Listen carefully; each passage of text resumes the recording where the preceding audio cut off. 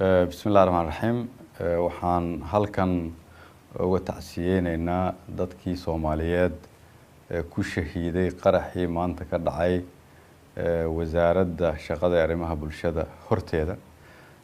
waxaan dadkii ku shahiiday kulligood Ilaahay uga baryaynaa in heladoodina samir iyo iimaan Allah ka siiyo iyagana Ilaahay jannadooda u sii macayo waxa kaloon leenahay inta ku dhaawacantay Ilaahay iyagana caafimaad degdeg ah ha u siiyo si gaar ah waxaan tacsiye halkan uga dirayaa anigoo ku hadlaya magaca golaha wasiirada xildhibaan ahaana wasiir ku xigeenkii wasaaradda shaqada iyo arrimaha bulshada xildhibaan Saqar Ibrahim Abdallah wasiirka iyo qoyskiisa waxaan leeyahay kulligiin Ilaahay ha idin dhib yaraayo isagana jannadii Allah ka waraabiyo